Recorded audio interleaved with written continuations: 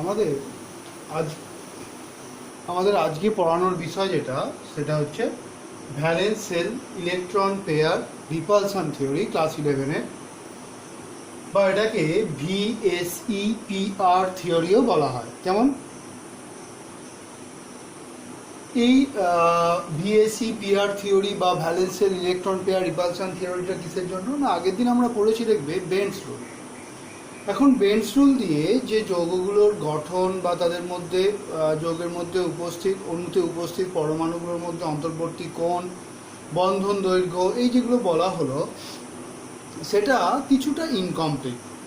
সেখানে গঠন ঠিকঠাক ব্যাখ্যা করা গেল না, তার বন্ধন কোণ ঠিকঠাক ব্যাখ্যা করা গেল না, তার জন্য সেটাকে ওভারকাম করার জন্য ভিএসইপিআর থিওরি আনা হলো। এটা আগে থেকেই চলছিল। 1957 সালে গিলেস্পি এবং নাইহলম, এই দুজন বিজ্ঞানী, গিলেস্পি কিন্তু ক্রিকেটার গিলেস্পি না, এটা হচ্ছে বিজ্ঞানী গিলেস্পি এবং নাইহলম, এরা দুজন 1957 সালে valence shell electron pair repulsion থিওরিকে কমপ্লিট করলেন, মানে একদম ঠিকঠাক একটা জায়গায় দাঁড় করালেন। এখন এই ভিএসইপিআর থিওরি থেকে আমরা কি জানতে পারি না, কোনো একটা যৌগের গঠন, সেই যৌগের মধ্যে উপস্থিত যৌগের অণুতে উপস্থিত পরমাণুগুলোর মধ্যে অন্তর্বর্তী কোণ, এই সংক্রান্ত বিষয়ে আমরা জানতে পারি। তাহলে এখান থেকে কিন্তু ক্লাস 11-এ বেশ কোশ্চেন আছে। শুধু 11 কেন, নিট বা জয়েন্ট এগুলোতেও কিন্তু অনেক কোশ্চেন আছে। তাহলে তার জন্য এই জায়গাটা কিন্তু আমাদের খুব ভালো করে পড়তে হবে। আর এই একটা বেস যেটা থেকে আমরা কোনো যৌগের অণুর গঠন জানতে পারবো, যেটা আমাদের পরবর্তীকালে অন্যান্য চ্যাপ্টার বা 12-এ আমাদের কাজে লাগবে। তাহলে ফার্স্টে আমরা তত্ত্বের মধ্যে ঢুকছি। এই তত্ত্বটার প্রধান বক্তব্যগুলোকে মূলত 5 ভাগে ভাগ করা হয়েছে। তার মধ্যে 4টে ভাগ আমরা ভালো করে পড়ব। প্রথম 4টে তত্ত্ব আমরা ভালো করে পড়ব, সেটা পড়লেই আমরা বাকি অন্যটা সেই 4টে পড়লেই আমরা সমস্ত কোশ্চেনের অ্যান্সার দিতে পারবো। যেমন পঞ্চম যে তত্ত্বটা, সেটা কিন্তু আমরা আগের তত্ত্ব দিয়ে, পঞ্চম তত্ত্ব দিয়ে যে কোশ্চেনের অ্যান্সার হয়, সেই কোশ্চেনের অ্যান্সারগুলো কিন্তু আমরা আগের তত্ত্ব দিয়েও অ্যান্সার করতে পারি। তাই ঠিক আছে, তাই আমরা 4টে তত্ত্বের ওপর বেশি গুরুত্ব দেবো। যেমন ফার্স্ট তত্ত্বটা কি বলছে, কোনো যৌগের অণুতে কি কত ধরনের তোমার ইলেকট্রন জোড় থাকতে পারে। এটা আমি লিখিনি, ভালো করে শুনবে। কোনো যৌগের অণুতে 2 ধরনের ইলেকট্রন জোড় থাকতে পারে। একটা হচ্ছে নিঃসঙ্গ ইলেকট্রন জোড় বা লোন পেয়ার, আর একটা হচ্ছে বন্ধন ইলেকট্রন জোড় বা বন্ড পেয়ার। কেমন? এখন প্রথম তত্ত্বটায় কি বলছে, কোনো যৌগের অণুতে কেবল বন্ধন ইলেকট্রন জোড় উপস্থিত থাকলে, মানে লোন পেয়ার যদি না থাকে, তবে কি হয় না, ওই যৌগের অণুগুলোর আকৃতি তার সিগমা বন্ধন ইলেকট্রন জোড়ের সংখ্যার উপর ডিপেন্ড করে। সিগমা বন্ধন ইলেকট্রন জোড় বা সিগমা বন্ধনের সংখ্যার উপর ডিপেন্ড করে অণুর আকৃতি এবং উপস্থিত কণাগুলোর বা পরমাণুগুলোর মধ্যে বন্ধন কোণের মানটা। কেমন? তাহলে কীরকমভাবে নির্ভর করে, যদি সিগমা বন্ধনের সংখ্যা 2 হয় তাহলে গঠন হয় লিনিয়ার বা সরলরৈখিক। কণাগুলোর মধ্যে কোণ কত হয়? 180 ডিগ্রি। এই নিয়ে আমি ব্যাখ্যা আবার বলবো। যদি 3 হয় তাহলে হয় ট্রাইগোনাল বা ত্রিকোণীয়। কণাগুলোর মধ্যে বন্ধন কোণ হয় 120 ডিগ্রি। আচ্ছা, এই একটা এক্সাম্পল বলে দিই। যেমন ধরো CO2 অণু। CO2 অণুকে কীরকম দেখতে? সি ডবল বন্ড ও ডবল বন্ড ও। তা দেখো এখানে সিগমা বন্ধন কটা? এই একটা সিগমা, এই একটা সিগমা। এর মধ্যে কোণটা কত ডিগ্রি? না 180 ডিগ্রি কোণ, তাই না? তাহলে এটাকে বলা হবে, এটা হচ্ছে লিনিয়ার ইন স্ট্রাকচার বা সরলরৈখিক গঠন। নেক্সট হচ্ছে ট্রাইগোনাল। যেমন ধরো একটা এক্সাম্পল বলছি, 3টে যখন, যেমন এক্সাম্পলের মধ্যে যেটা যায় সেটা হচ্ছে SO3 অণু। SO3 অণু সেটা কীরকম? এই সালফার ডবল বন্ড ও ডবল বন্ড ও ডবল বন্ড ও। দেখো ত্রিকোণাকার গঠন, ত্রিকোণাকার গঠন, আর এই কোণগুলো কত হবে 120 ডিগ্রি করে। কেমন? তাহলে আর এখানে সিগমা বন্ধনের সংখ্যা কটা? একটা, দুটো এবং তিনটে, বাকিগুলো পাই বন্ধন। কেমন? এবার যাচ্ছি আমরা 4 যদি পাই বন্ধনের সংখ্যা হয়, তাহলে 4 পাই বন্ধনের সংখ্যা হলে ওর স্ট্রাকচার হয় টেট্রাহেড্রাল বা চতুস্তলকীয়, এবং বন্ধন কোণগুলোর মান হয় 109 ডিগ্রি 28 মিনিট। তাহলে কীরকম একটা অণু তোমাদের খুবই চেনা, CH4 মিথেন, এটাকে আগেও আমি বলেছি CH4। যেমন এখানে দেখো 4টি সিগমা বন্ধন, পাই বন্ধন এখানে নেই, এগুলো হচ্ছে 109 ডিগ্রি 28 মিনিট। কেমন? নেক্সট আমরা যাচ্ছি 5 নম্বরটায়, ট্রাইগোনাল বাইপিরামিডাল। বেঞ্চ রুলে যেটা বলেছিলাম PCl5। দেখো PCl5 এর গঠন কীরকম, P, এই একটা ক্লোরিন, এই একটা ক্লোরিন, এই একটা ক্লোরিন, এটা হচ্ছে ট্রাইগোনাল স্ট্রাকচার। এবং Cl5, তার মানে এই একটা ক্লোরিন আর এই একটা ক্লোরিন। কেমন? তাহলে কি হচ্ছে ট্রাইগোনাল বাইপিরামিডাল, ত্রিকোণীয় দ্বিপিরামিডীয়। কেমন? নেক্সট হচ্ছে তাহলে এখানে কোণ কত কত হয়, এখানে দেখো এই যে কোণগুলো, এই যে কোণটা, এই কোণটা বা এই কোণটা কত 120 ডিগ্রি, কিন্তু এই কোণটা কত, এই কোণটা 90 ডিগ্রি। কেমন? এটা আগের দিন আমি বুঝিয়েছিলাম, তাই না? তাহলে এটা গেল। এবার হচ্ছে 6 যদি কোঅর্ডিনেশন বা সিগমা বন্ধনের সংখ্যা যদি 6 হয়, সিগমা বন্ধনের সংখ্যা যদি 6 হয় তাহলে স্ট্রাকচার হয় অক্টাহেড্রাল বা অষ্টতলকীয়, আর কোণ কত করে হয় 90 ডিগ্রি করে। কীরকম? যেমন ধরো SF6, যেমন ধরো SF6, এই একটা ফ্লোরিন, এই একটা ফ্লোরিন, এই F F F F, এই একটা ফ্লোরিন, আর এবার এইগুলোকে জুড়ে দিই। দেখো এটা হচ্ছে একটা সমতল, যার এই সালফারের সঙ্গে একই তলে এরা আছে, আর ওপরে একটা ফ্লোরিন আছে, আর নিচে মানে এই তলে কি আছে, sulphur, fluorine, fluorine, fluorine, fluorine, ওপরে একটা ফ্লোরিন, নিচে একটা ফ্লোরিন। তাহলে এই হচ্ছে অষ্টতলকীয়। কী করে অষ্টতলকীয় হচ্ছে? এই দেখো ওপরের ফ্লোরিনের সঙ্গে এই 4টে ফ্লোরিন যোগ করো, তাহলে কটা তল হচ্ছে? একটা, দুটো, তিনটে, চারটে। আবার এটা যদি যোগ করো তাহলে কটা হচ্ছে? 4টে, তাই না? তাহলে কত হবে না অষ্টতলকীয় তল, 8টা তল হচ্ছে, তাহলে হচ্ছে অষ্টতলকীয়। এখানে কোণ কত হয়? সবসময় 90 ডিগ্রি। কেন? এটা 90 ডিগ্রি, আবার এটাও 90 ডিগ্রি। কেমন? তাই তো হবে। এটা দেখো পুরোটা রোটেট করলে কত না 360, তাকে 4 দিয়ে ভাগ করো, তাহলে 90 ডিগ্রি করে হবে। তাহলে এটা গেল হচ্ছে অক্টাহেড্রাল, সবই 90 ডিগ্রি কোণ। লাস্ট হচ্ছে যদি 7টা হয়, যদি 7টা সমযোজী বন্ধন হয়, তাহলে সিগমা বন্ধন হয়, তাহলে কি স্ট্রাকচার হয়? পেন্টাগোনাল বাইপিরামিডাল। যেমন IF7, যেটা আমরা কোথায় পড়েছিলাম? হাইপার ভ্যালেন্ট যৌগের মধ্যে। IF7 এর স্ট্রাকচার কি? এই F, এই F, এই F, এই F, এই F, 5টা।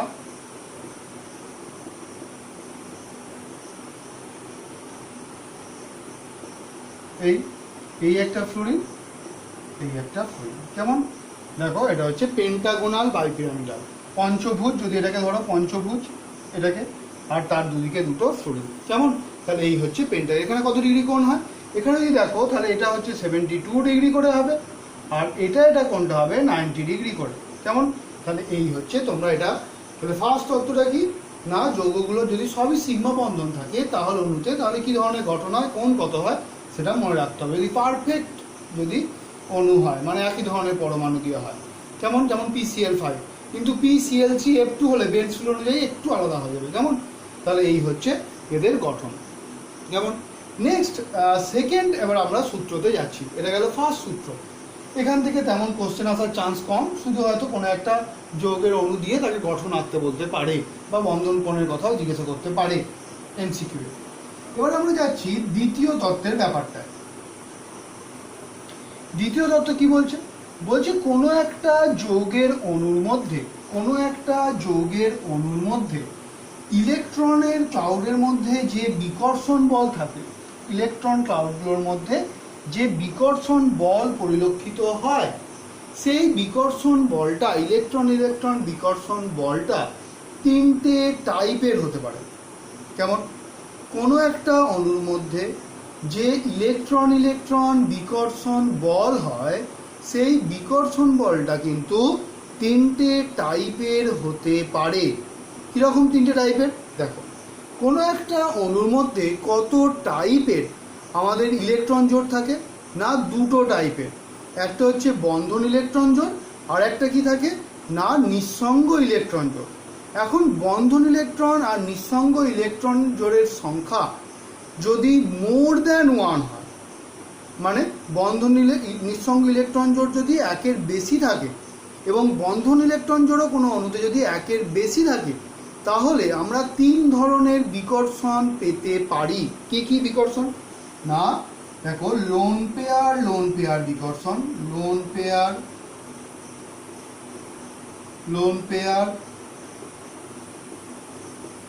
পেয়ার বিকর্ষণ। কেমন? পেতে পারি লোন পেয়ার বন্ড পেয়ার বিকর্ষণ,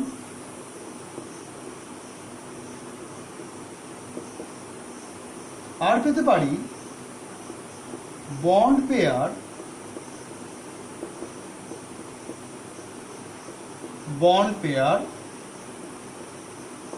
বিকর্ষণ। কেমন? তাহলে লোন পেয়ার বিকর্ষণ, বন্ড পেয়ার কারণ দুটোই সবই electron club. Bond pair bond pair বা বন্ড পেয়ার লোড পেয়ার বিকর্ষণ, আর বন্ড পেয়ার। এখন এটাকে আমরা সংক্ষেপে এল ডট পি, এটাকে এল ডট পি, এটাকে এল ডট পি, এটাকে B dot P, B dot P, B dot P বলতে পারি। কেমন? তাহলে এই হচ্ছে ব্যাপার, তিন ধরনের। সেকেন্ড তত্ত্বটা বলছে এই যে রিপালশনগুলো বা বিকর্ষণ বলটা যেটা কাজ করছে, দেখা যায় লোন পেয়ার বিকর্ষণ বল সব থেকে বেশি, তারপর লোন পেয়ার বন্ড পেয়ার বিকর্ষণ বল, তারপর বন্ড পেয়ার বিকর্ষণ বল। কেমন? সব থেকে বেশি তাহলে কি?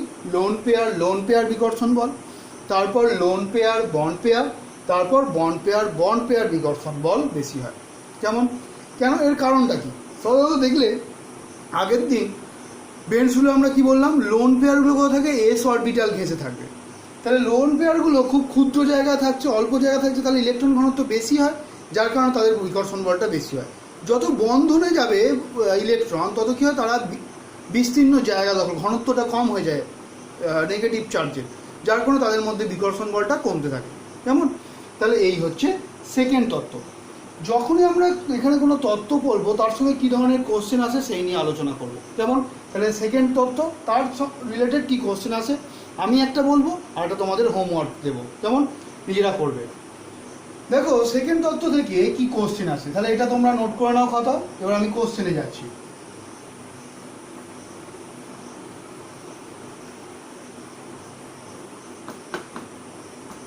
দেখো ফার্স্ট কোশ্চেন যেটা এখান থেকে আমরা পড়বো, SO2 এই অণুটা কৌণিক, কিন্তু CO2 এই অণুটা সরলরৈখিক কেন?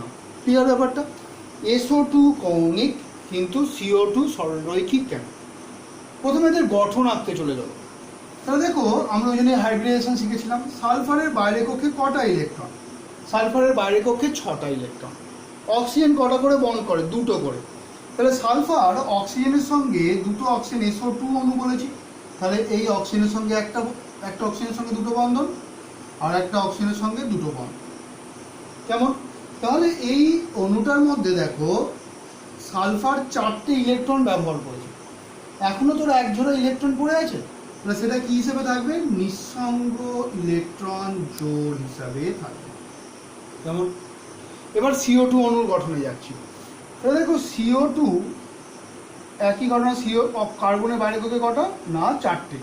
তাহলে 4টে ইলেকট্রনই এখানে কিন্তু বন্ধন গঠনে, 4টে ইলেকট্রনই কিন্তু বন্ধন গঠনে ব্যবহার হয়ে গেছে, কোনো লোন পেয়ার নেই।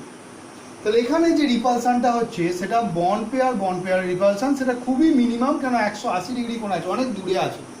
কিন্তু এখানে লোন পেয়ারও তো বন্ড পেয়ারের গুলোকে বিকর্ষণ করছে, এদের মধ্যে তো বিকর্ষণ বল কাজ করছে, এটা একটু বেশি। তা যার কারণে কি হয়, এরা বেন্ড হয়ে যায়, এরা একটু এদিকে সরে আসে। বিকর্ষণ বলের কারণে কি হয়? নিঃসঙ্গ ইলেকট্রন জোড় থেকে দূরত্ব বজায় করতে চায়, যার কারণে SO2 স্ট্রাকচার হয়ে যায়। কেমন? তাহলে অ্যান্সারটা কীভাবে লিখবো? তাহলে অ্যান্সারটা লেখার নিয়ম হচ্ছে SO2 এবং CO2 গঠন লক্ষ্য করলে দেখা যায়, গঠন দুটো আঁকলে বা গঠন হলো নিম্নরূপ, যে গঠন দুটো আঁকলে গঠন লক্ষ্য করলে দেখা যায় SO2 অণুর কেন্দ্রীয় পরমাণু সালফারে একটি নিঃসঙ্গ ইলেকট্রন জোড় বর্তমান। নিঃসঙ্গ ইলেকট্রন জোড় কর্তৃক বন্ধন ইলেকট্রন জোড়ের প্রতি বিকর্ষণ বলের কারণে বন্ধন ইলেকট্রন জোড়গুলি নিজেদের কাছাকাছি কিছুটা সরে আসে বা নিঃসঙ্গ ইলেকট্রন জোড় থেকে দূরে সরে যায়, যার কারণে SO2 অণুটা ভি শেপড হয়ে যায়। এটা কি হয়ে যায়? V shaped. এই নিয়ে আমি আলোচনা করবো পরে। ভি শেপ গঠন হয়ে যায়। দেখো এটা ভি শেপ গঠন, এটাকে গঠনে ধরা হয় না লোন পেয়ারকে, ভি শেপ গঠন হয়ে যায়। অপরদিকে CO2 অণুতে কোনো লোন পেয়ার, কার্বনে কোনো লোন পেয়ার না থাকায় এই ধরনের ঘটনা পরিলক্ষিত হয় না, তাই এটা সরলরৈখিক। কিন্তু এটা কি? এটা হচ্ছে ভি শেপ বা কৌণিক গঠন আকৃতি। কেমন? নেক্সট আমাদের এখান থেকে আরেকটা কোশ্চেন আছে, সেটা বলি শোনো। এটা 1 নম্বর কোশ্চেন, যে SO2 কেন CO2 সরলরৈখিক হলেও SO2 কৌণিক কেন। নেক্সট একটা কোশ্চেন বলি, যেমন হচ্ছে NH3, H2O আর CH4 এদের আকৃতি কীরকম, চলো দেখা যাক। তাহলে কি বললাম? NH3, তার আগে বলি CH4,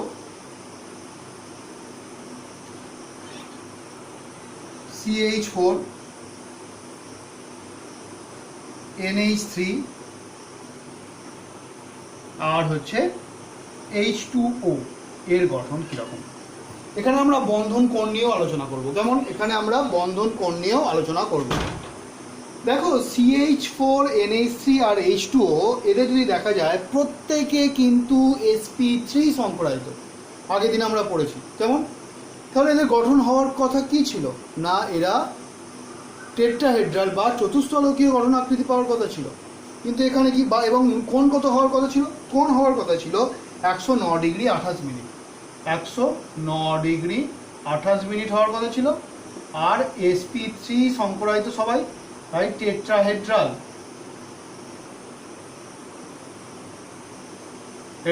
এই গঠনটা হওয়া ওদের কথা ছিল। কিন্তু কি হয় দেখো, ফার্স্ট হচ্ছে CH4 এর ব্যাপারটায় যায়।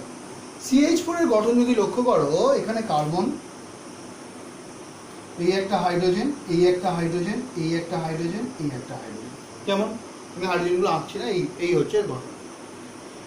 তাহলে এর ক্ষেত্রে সব কটা বন্ধনই হচ্ছে সিগমা বন্ধন। সব কটা বন্ধন কি না সিগমা বন্ধন। সব কটা বন্ধন হচ্ছে হাইড্রোজেনের সঙ্গে সিগমা বন্ধন। তাহলে এখানে সিগমা বন্ধন এবং প্রত্যেকটা পরমাণু একই ধরনের হওয়ায় এবং প্রত্যেকটা কি বন্ধন ইলেকট্রন জোড়, কোনো নিঃসঙ্গ ইলেকট্রন জোড় নেই। তাহলে এদের মধ্যে যে পারস্পরিক বিকর্ষণ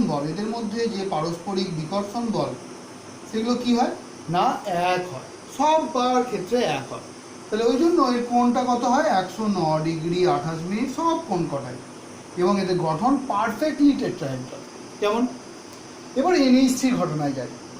NH3 স্ট্রাকচারটা কীরকম না, NH3 স্ট্রাকচার লক্ষ্য করলে দেখা যাবে যে NH3 এর নাইট্রোজেন পরমাণু, এখানে হাইড্রোজেন, এই হাইড্রোজেন একটা, এই হাইড্রোজেন একটা। কেমন? আর কি এই জায়গায় একটা লোন পেয়ার থাকে, এই জায়গায় একটা লোন পেয়ার থাকে, তাই না? তাহলে এর ক্ষেত্রে দেখো 3টে বন্ড পেয়ার আর একটা কি হয় লোন পেয়ার। তাহলে এবার আমরা কি বললাম দ্বিতীয় তত্ত্বে, যে বন্ড পেয়ার রিপালশন অপেক্ষা lone pair bond pair repulsion বেশি। তাহলে এই লোন পেয়ারটা এই বন্ধন ইলেকট্রন জোড়গুলোর ওপর অধিক বিকর্ষণ বল ক্রিয়া করবে।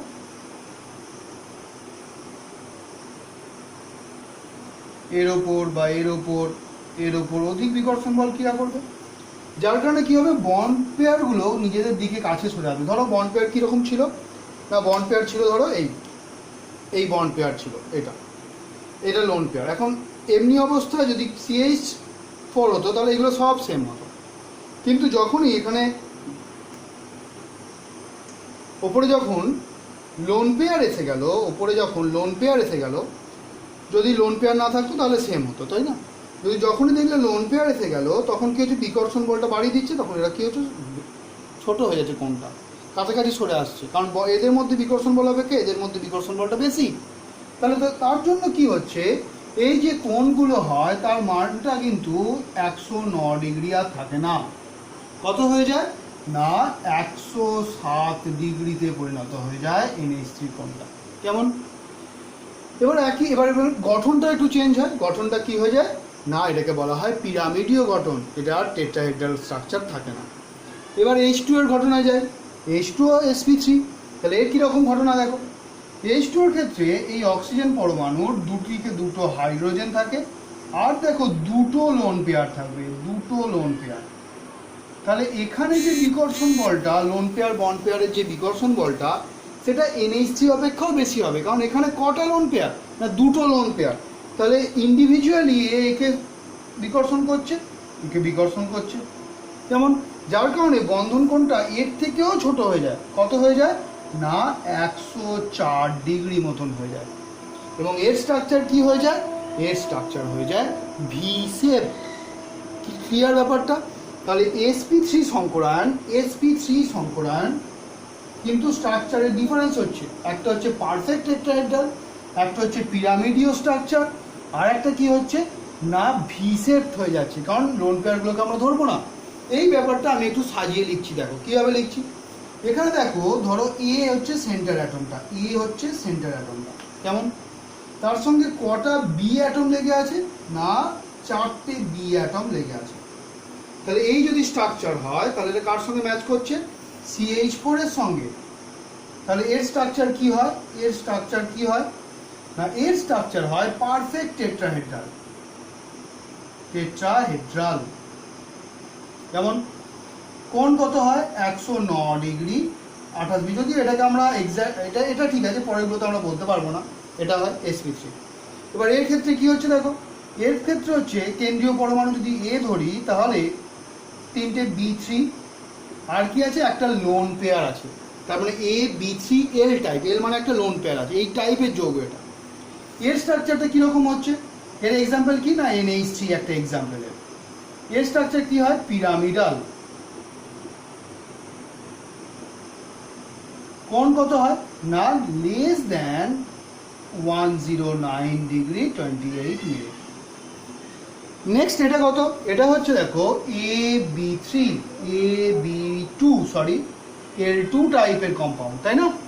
L2 টাইপের কম্পাউন্ড। এটা কি হচ্ছে H2O এর এক্সাম্পল। এর স্ট্রাকচার কি হয় ভি শেপড হয়, আর কি হয় অ্যাঙ্গেলটা লেস দ্যান 109 ডিগ্রি 28 মিনিট। কেমন? তাহলে এই টাইপের আমরা কি করলাম সেকেন্ড ল থেকে, যে এই লোন পেয়ার আর বন্ড পেয়ার দিয়ে তার স্ট্রাকচারে কীরকম পরিবর্তন হলো এটা আমি একবারে বলে দিলাম। তোমাদের বইয়ে দেখবে যে প্রথমে এই আলোচনাগুলো করে, এই কোশ্চেন আলোচনা এরকম কিছু আছে সূত্রগুলো, তাতে কিছু সেট নিয়ে আলোচনা নেই, সেটা আবার পরে চার্ট করে দেওয়া আছে, আমি এখানে আলোচনাটা করে দিলাম। আশা করি বুঝতে পেরেছ। তাহলে এই জায়গা থেকে কত রকম কোশ্চেন আসতে পারে বাবা। NH3 কেন পিরামিডীয় গঠন আকৃতি পায় যদিও sp3 সংকরায়ন? যেমন CH4 এর কোণ হচ্ছে 109 ডিগ্রি 28 মিনিট, এর ক্ষেত্রে কেন 107 ডিগ্রি? NH3 107 ডিগ্রি হলেও জলের কেন 104 ডিগ্রি? জলের sp3 সংকরায়িত হলেও এ কেন ভি শেপড হয়? ক্লিয়ার ব্যাপারটা? তাহলে এই ধরনের কোশ্চেন তোমাদের এখান থেকে আসতে পারে, আরও কোশ্চেন এখান থেকে পাবে, সেটা তোমাকে এই ব্যাপারটা দিয়ে অ্যান্সার করতে হবে। ক্লিয়ার? নেক্সট আমরা যাচ্ছি থার্ড লয়ে যাচ্ছি। আচ্ছা, এই শেপ সংক্রান্ত বিষয়ে আমি sp3d মানে যেখানে সমযোজী সিগমা বন্ধনের সংখ্যা 5 সেই নিয়েও আমি পরে আরেকটা আলোচনা করে দিচ্ছি। কেমন? সব কটা আলোচনা করা সম্ভব নয় ভিডিওতে, তোমরা বই পড়বে, দুটো টাইপ নিয়ে আমি আলোচনা করে দেবো, তাহলে আশা করি অন্যগুলোও বুঝতে পারবে। নেক্সট আমরা যেটা আলোচনা করছি সেটা হচ্ছে থার্ড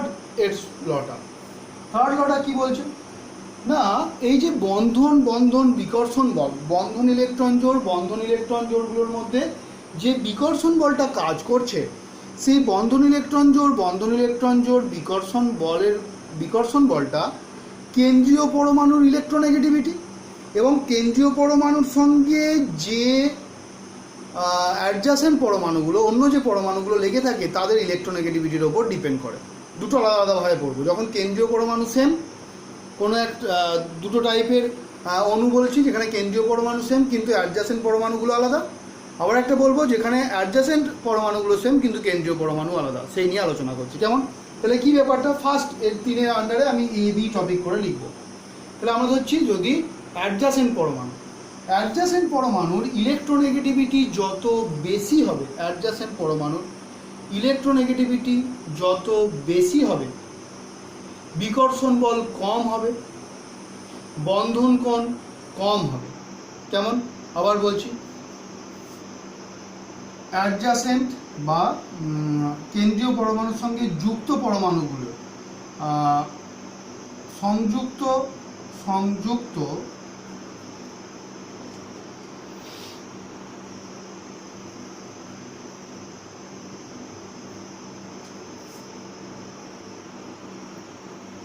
সংযুক্ত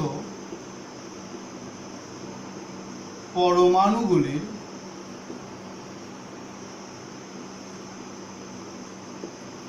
ইলেকট্রোনেগেটিভিটি কার সঙ্গে সমানুপাতি বা ব্যস্তানুপাতি? না, ইলেকট্রোনেগেটিভিটি যত বেশি হয় কি বললাম, তত বিকর্ষণ বলটা কম হবে। তাহলে inversely proportional to repulsive force বা বিকর্ষণ বল। তাহলে একইভাবে আমরা বলতে পারি তাহলে বন্ধন কোণ কী হবে? কম হবে। বিকর্ষণ বল যত কম, বিকর্ষণ বল হলে বন্ধন ইলেকট্রন জোড় আর বন্ধন ইলেকট্রন জোড়ের মধ্যে, এখানে কিন্তু লোন পেয়ার বলছি না, বন্ধন ইলেকট্রন জোড় আর বন্ধন ইলেকট্রন জোড়ের মধ্যে যদি বিকর্ষণ বল হয় তাহলে এটা দূরে সরে যাবে না। লোন পেয়ারের কথা ছাড়ো, লোন পেয়ার নিয়ে সেকেন্ড টপিকে আলোচনা হয়ে গেছে, ওর নিয়ে ব্যাপার এখানে আর আসছে না। তাহলে যদি এটা হয় তাহলে এটা দূরে সরে যাবে যদি বিকর্ষণ বলটা বেশি হয়। তাহলে বিকর্ষণ বল যদি কম হয় তাহলে বিকর্ষণ বল কম হলে কি হবে না, এরা কাছাকাছি থাকবে, মানে বন্ধন কোণটা কম হবে। তাহলে ইনভার্সলি প্রপোর্শনাল টু বন্ধন কোণ। তাহলে আমরা কি পেলাম? বিকর্ষণ বল আর বন্ধন কোণটা পরস্পরের সমানুপাতি। বিকর্ষণ বল যত বেশি, কাদের মধ্যে বিকর্ষণ বল? অবশ্যই বন্ড পেয়ার কিন্তু বারবার এখানে বলছি, এটা কিন্তু আমরা কি বলবো, বন্ড পেয়ার এটাকে মনে রাখবে, হ্যাঁ, বন্ড পেয়ার বিকর্ষণ বল। 3 নম্বর টপিকটা এটা নিয়ে আলোচনা হবে। কেমন? এইটা একটা হলো। তাহলে এই দিয়ে 3-এর এ দিয়ে আমি একটা কোশ্চেন আলোচনা করি, তারপর আমরা 3-এর বিতে যাব। তাহলে এখানে কি সংযুক্ত পরমাণুগুলো আলাদা আলাদা, যেমন ক্লিয়ার? এটা হলো NH3 আর NF3 নিয়ে আলোচনা হোক। কি বললাম? NH3 অ্যান্ড NF3 নিয়ে আলোচনা হোক। তাহলে দেখো NH3 অ্যান্ড NF3 এই নিয়ে আলোচনা হোক। এদের বললো বন্ধন কোণের তুলনা করো, বললো যে NH3 এবং NF3-র মধ্যে কার বন্ধন কোণ বেশি, কার বন্ধন কোণ কম, সেটা নিয়ে আলোচনা করো। দেখো NH3 স্ট্রাকচার যদি দেখো তাহলে এই নাইট্রোজেন, এই লোন পেয়ার,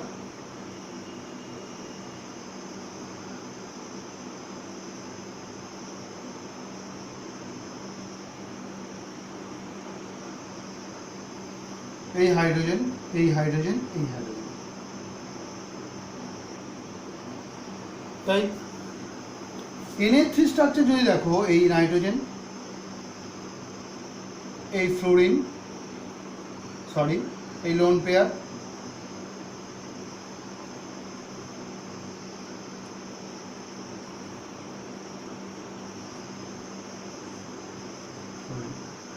তাই তো এখানে লোন পেয়ারের বিষয়টা আমরা নেগলেক্ট করবো, কারণ দুজনের ক্ষেত্রে একই কন্ডিশন, দুজনের ক্ষেত্রে দুজনেরই একই লোন পেয়ার আছে, same number of lone pair আছে। তাহলে এখানে আমি লোন পেয়ারের ব্যাপারটা ধরবো না, আমরা এবার অ্যাডজাসেন্ট অ্যাটমে যাই, কারণ এখানে সেন্টার অ্যাটম দুটো সেম, তাই না? তাহলে এবার যদি অ্যাডজাসেন্ট অ্যাটমে যাই তাহলে এর ক্ষেত্রে কি আছে? ফ্লুরিন আছে, আর এর ক্ষেত্রে কি আছে? না, হাইড্রোজেন আছে। কার ইলেকট্রোনেগেটিভিটি বেশি? না, অবশ্যই আমরা জানি যে fluorine electronegativity of fluorine is greater than that of electronegativity of hydrogen. শুধু গ্রেটার নয়, ভেরি ভেরি গ্রেটারও আমরা বলতে পারি, তাই না? অনেকটাই বেশি। তাহলে এখানে কি ঘটনাটা ঘটছে ভালো করে শোনো। এই বন্ধন থেকে ইলেকট্রন কি হবে? নাইট্রোজেনের দিকে সরে যাবে। কেন? Nitrogen has greater electronegativity than hydrogen. তাই তো? তাহলে এদিকে সরে যাবে। কেমন? তাহলে এখানে দেখো, ভালো করে শুনবে, দেখো দুটো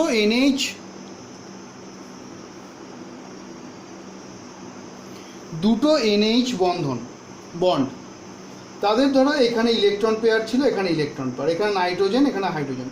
এখন এই ইলেকট্রনগুলো যদি নাইট্রোজেনের দিকে সরে যায়, তাহলে দুটো ইলেকট্রন পেয়ারের মধ্যে ডিস্টেন্সটা কমে যাচ্ছে। তো কুলম্বের সূত্র কি বলে? যত ডিস্টেন্স কমবে তত বিকর্ষণ বল বা আকর্ষণ বল বাড়ে।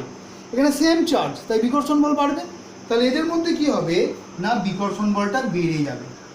কেমন? এবার ওটাই যাচ্ছে, শোনো। এখানে দেখো কি হচ্ছে, ফ্লুরিনের দিকে ইলেকট্রন চলে আসবে। কেন না, fluorine has greater electronegativity than nitrogen. Fluorine has greater electronegativity than nitrogen. তাহলে fluorine has greater electronegativity than nitrogen. তাহলে ইলেকট্রনগুলো এদিকে সরে আসছে, সেই একই ঘটনা। দেখো, যদি ইলেকট্রন পেয়ারগুলো ধরো এখানে ছিল, তারা যদি একদম ধারে সরে আসে, তাহলে তাদের মধ্যে ডিস্টেন্স বাড়ছে, বিকর্ষণ বলটা কমে যাচ্ছে। হ্যাঁ, ডিস্টেন্স যত বাড়বে বিকর্ষণ বল কমে যাবে। তাহলে এরা সরে যাবে না, এরা যতটা সরবে না, যার কারণে এর কোণ কত বলেছিলাম, 107 ডিগ্রি। 107 ডিগ্রি হলেও NH3-তে বন্ধন কোণের মান হয় 102 ডিগ্রি মতন। ক্লিয়ার আশা করি? তাহলে এই হচ্ছে 3 দাগের এর টপিকটা, যেখানে সেন্টার অ্যাটমটা সেম কিন্তু অ্যাডজাসেন্ট অ্যাটমগুলো আলাদা। এবার আমরা যাচ্ছি সেন্টার অ্যাটমের ব্যাপার স্যাপারে। যেমন 3 দাগের বি টপিকে যাচ্ছি, এখানেও কিন্তু বন্ড পেয়ার রিপালশন দিয়েই কাজ হবে। কেমন? দেখো 3 দাগের বি পয়েন্টটা কি বলছে? 3 দাগের বি পয়েন্টে কি বলছে না, সেন্টার অ্যাটমের ইলেকট্রোনেগেটিভিটি যত বাড়বে, কেমন, সেন্টার অ্যাটমের ইলেকট্রোনেগেটিভিটি যত বাড়বে তত বিকর্ষণ বল বাড়বে, বন্ধন কোণ বাড়বে। তাহলে কি বলবো, সেন্টার অ্যাটমের কেন্দ্রীয়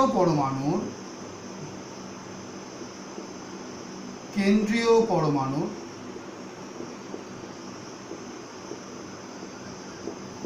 ইলেকট্রোনেগেটিভিটি যত ইনক্রিজ করবে, ডাইরেক্টলি প্রপোর্শনাল টু বিকর্ষণ বল এবং ডাইরেক্টলি প্রপোর্শনাল টু বন্ধন কোণ।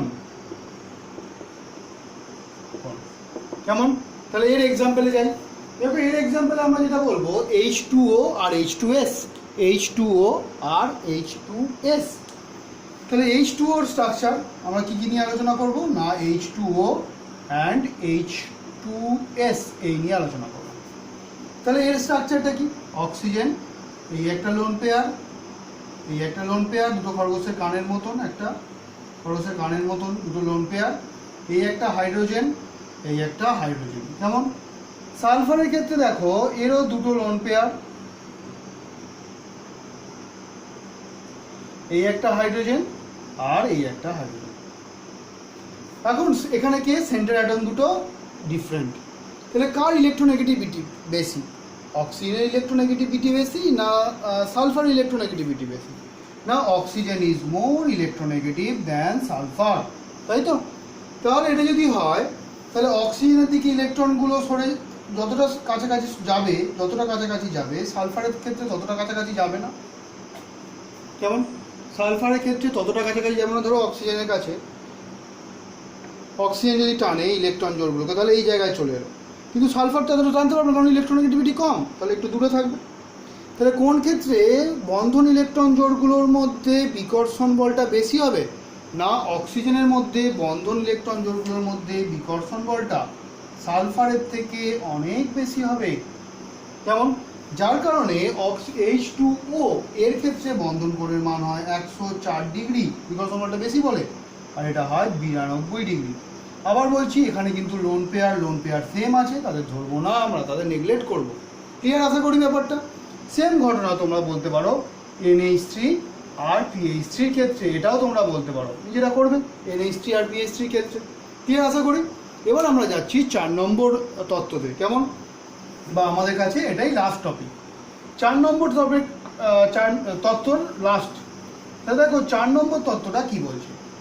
বলছে বন্ধন ক্রম মানে এক বন্ধন, দ্বিবন্ধন, ত্রিবন্ধন, এগুলোকে বলা হয় বন্ধন ক্রম।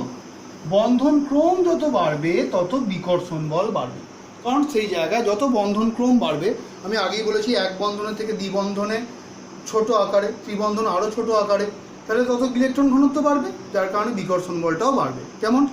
তাহলে দেখো কি বললাম, 4 নম্বর পয়েন্ট হচ্ছে বন্ধন ক্রম বৃদ্ধির সঙ্গে সঙ্গে বন্ধন ক্রম বৃদ্ধির সঙ্গে সঙ্গে বন্ধন বন্ড পেয়ার বিকর্ষণ বল বৃদ্ধি পায়। তাহলে এখান থেকে আমি কি কনক্লুশনে যেতে পারলাম? বহু বন্ধন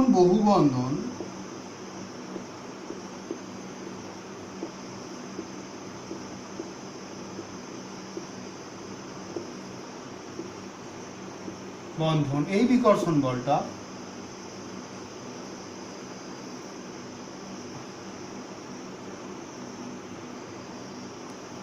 বহু বন্ধন এক বন্ধন বিকর্ষণ বল আর এক বন্ধন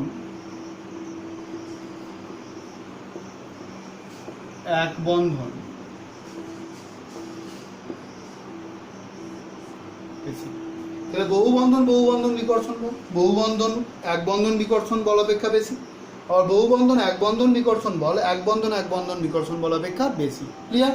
এবার আমি একটা টপিকে যাচ্ছি, শোনো, একটা কোশ্চেনে যাচ্ছি, শোনো। দেখো আমরা এখানে একটা আলোচনা করব, সেটা হচ্ছে NF3 আর PF3 নিয়ে আলোচনা করব। কেমন? NF3 আর PF3 নিয়ে, আচ্ছা সরি, PH3 আর PF3 নিয়ে, ওটা দুটো আলাদা আলাদা হয়ে যাচ্ছে, এটা দিয়ে আলোচনা করব।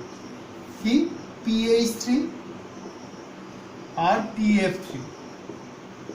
এটা করার আগে তোমাদের একটা জিনিস বলে দিই। দেখো পি এর ইলেকট্রন বিন্যাস যদি করো, দেখবে 3s2 3p3 এই ইলেকট্রন বিন্যাস, তাহলে ওর 3dটা ভ্যাকেন্ট পড়ে থাকে। 3d আছে কিন্তু ভ্যাকেন্ট। কেমন? এটা মনে রাখো। এবার PH3 গঠন কিরূপ হয় দেখো, PH3 গঠন কিরকম হয় দেখো। P, এই হাইড্রোজেন, এই হাইড্রোজেন, এই হাইড্রোজেন, এখানে একটা লোন পেয়ার আছে ঠিকই, হাইড্রোজেন হাইড্রোজেন হাইড্রোজেন। আবার এই লোন পেয়ারটা কোথায় আছে? এই যে 3s এর লোন পেয়ারটা, এটা আর কি 3dটা ফাঁকা পড়ে আছে। এবার PF এ দেখো, PF এ এই ফ্লোরিন, এই ফ্লোরিন, এই ফ্লোরিন,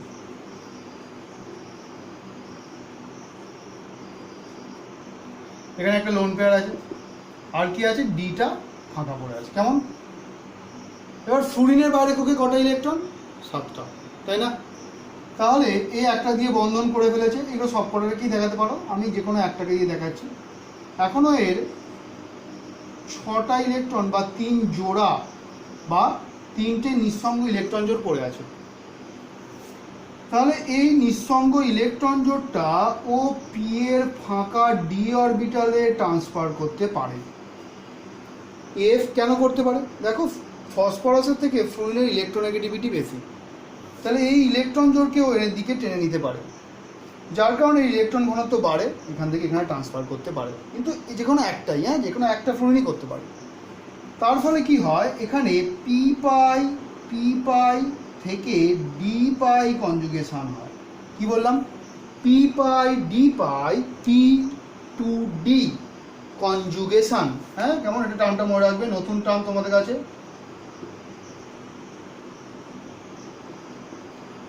পি পাই ডি পাই কনজুগেশন হয়। তার ফলে কি হয়ে যায়, এখানে দেখো এই ঘটনাটা ঘটে। পি, এখানে একটা লোন পেয়ার আছে, এখানে একটা ফ্লোরিনের সঙ্গে ডবল বন্ড, বাকি সিঙ্গেল বন্ড। কেমন? তাহলে এই স্ট্রাকচারটা ও পায়। এবার এখানে আমরা পি পাই ডি পাই বললাম কেন?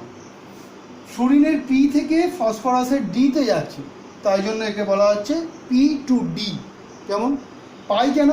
একটা অলরেডি সিগমা হয়ে আছে, তাহলে বাকি যে বন্ডটা হচ্ছে সেটা কি বন্ধন, সেটা হচ্ছে পাই বন্ধন, সিগমা আর পাইয়ের বিচারে। তাহলে ওই জন্য এটাকে বলা হচ্ছে পি পাই ডি পাই। পি থেকে ডিতে যাওয়ার ফলে একটা পাই বন্ধন হচ্ছে বলে পি পাই ডি পাই। এই পর্যন্ত ক্লিয়ার? এবার দেখো আমরা 4 নম্বর তত্ত্বতে ফিরছি। সিঙ্গেল বন্ডের মধ্যে যে বিকর্ষণ বলটা কাজ করবে, সিঙ্গেল বন্ড ডবল বন্ডের মধ্যে বিকর্ষণ বলটা তার থেকে বেশি হবে, তাই না, বহু বন্ধন এক বন্ধনের থেকে। যার কারণে বন্ধন কোণের মানটা কি হয়ে যায় দেখো, এর ক্ষেত্রে বন্ধন কোণের মানটা বেড়ে যায়, যেহেতু বিকর্ষণ বলটা বেশি, 98 ডিগ্রি হয়ে যায়, আর এটা হচ্ছে 94 ডিগ্রি। কেমন? তাহলে এই হচ্ছে PH3 এবং PF3-র গঠন বন্ধন কোণ নিয়ে আলোচনা। কত নম্বর সূত্র দিয়ে এটা বলতে হবে? 4 নম্বর সূত্র দিয়ে বলতে হবে। ক্লিয়ার? তাহলে এই হচ্ছে valence shell electron pair repulsion theory. আমি দুটো কোশ্চেনের কথা বলছি, নিজেরা ভাবনা চিন্তা করে ওই দুটো করার চেষ্টা করবে। কেমন? যেমন একটা আগেই আমি বলে দিয়েছি যে NH3 আর PH3-র মধ্যে কার বন্ধন, ভালো করে শোনো, খাতায় নোট করো। between NH3 and PH3 which have greater bond angle, and explain about your answer. Next আরেকটা কোশ্চেন হচ্ছে, তিনটে কম্পাউন্ড আমি বলছি।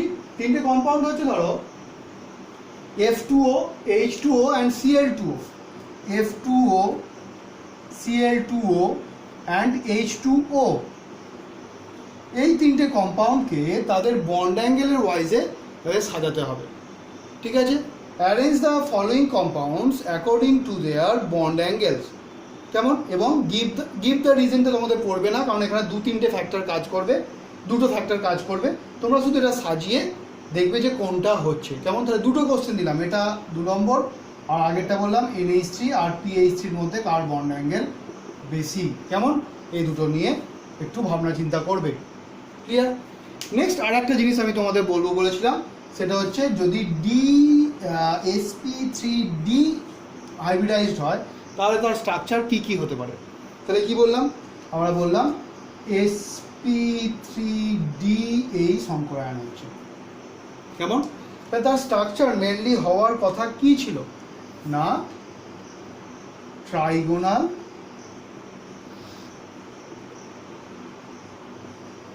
বাইপিরামিডাল।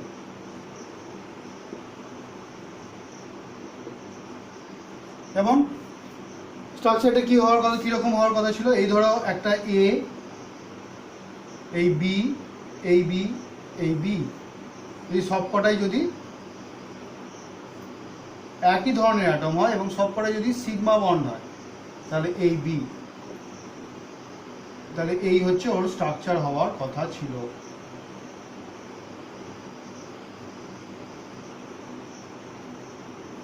কেমন? কিন্তু এখানেও একটা ঝামেলা, যদি লোন পেয়ার এসে যায় তাহলে কি হয়। কেমন? তাহলে ফার্স্ট আমরা যাচ্ছি sp3d সংকরায়িত টাইপটা। তাহলে কি বললাম, তাহলে ওটা একটা পারফেক্ট, সেটা হচ্ছে AB5 টাইপ। কেমন? তার এক্সাম্পলটা কি না, PCl5, এটার ওর এক্সাম্পল। কীরকম স্ট্রাকচার? পারফেক্টলি ট্রাইগোনাল বাইপিরামিডাল, এটাই স্ট্রাকচার হবে। তাহলে এখানে P হবে, বাকিগুলোতে ক্লোরিন হবে। কেমন? ক্লিয়ার আশা করি। নেক্সট আমরা যাচ্ছি AB4 আর L, মানে 4টে পরমাণুর সঙ্গে সিগমা বন্ধন আর একটা আমাদের লোন পেয়ার আছে, সেরকম এক্সাম্পল কি SF4। কেমন? তাহলে এর স্ট্রাকচারটা কি হয় দেখো, তাহলে এই S, এখানে তুমি এও লিখতে পারো। এবার 4টে B, এই এই এই এই এই এই 5টাও বন্ধন করবে। এখন আগের দিন বলা হয়েছিল লোন পেয়ারগুলো কোথায় থাকতে চায়, সবসময় যেখানে এস ক্যারেক্টার বেশি সেখানে থাকতে চায়। তাহলে কোথায় থাকবে না, অনুভূমিক তলে বা এই পজিশন। তাহলে অনুভূমিক তল সালফারের সঙ্গে একই তলে আছে, এই পজিশনে থাকবে, অ্যাক্সিয়াল পজিশনে থাকবে না। তাহলে এটা বাকিটা হচ্ছে এই বি, এই বি, এই বি, এই বি। লোন পেয়ারকে কোনো সময়ই আমরা স্ট্রাকচারের মধ্যে ধরবো না। তাহলে এটা দেখতে কীরকম হচ্ছে, দেখবে যে তোমরা ওই কোনো পার্কে ঢেকি হয় না, ঢেকি, এই যে এটা দিয়ে দোলনা হয়, এখানে একজন বসে, এখানে একজন বসে, তাই না? এটাকে বলা হয় সিস মডেল। কেমন? এটাকে বলা হয় সি স মডেল, ঢেকির মতন আকার। কেমন? তাহলে এটাকে হবে, তাহলে স্ট্রাকচারটা কি হলো না সি স মডেল, এটাকে হচ্ছে সি স মডেল।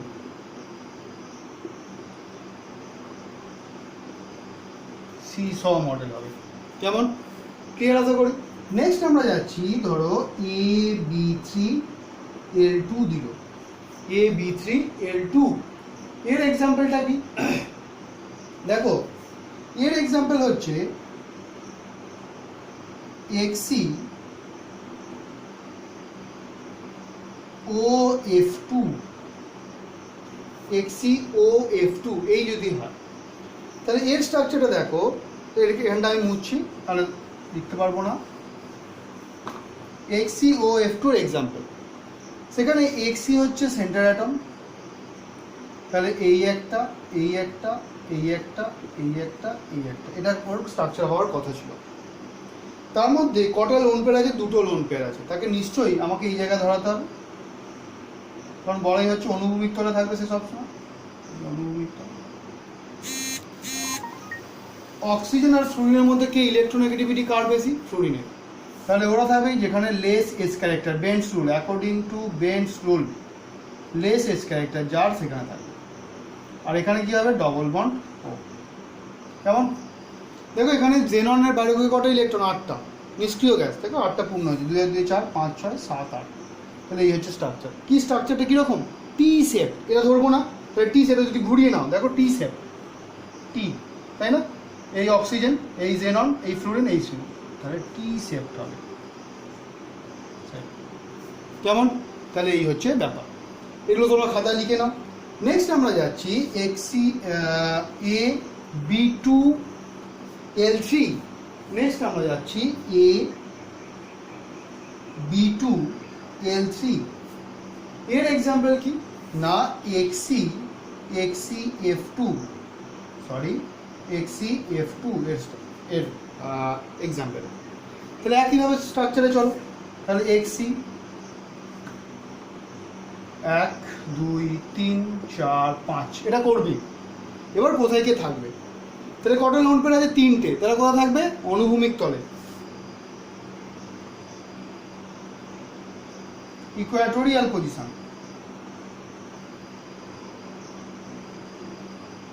যেমন দুটো ফ্লুরিন, এই একটা আর এই একটা। তাহলে কি স্ট্রাকচার হচ্ছে? দেখো লিনিয়ার, সরলরৈখিক স্ট্রাকচার, কিন্তু লিনিয়ার একটা স্ট্রাকচার। এখানে জেনন, এখানে ফ্লুরিন, এখানে ফ্লুরিন, নন পেয়ারকে ধরবো না স্ট্রাকচারে, তাহলে এটা কি স্ট্রাকচার হয়? লিনিয়ার। ক্লিয়ার ব্যাপারটা?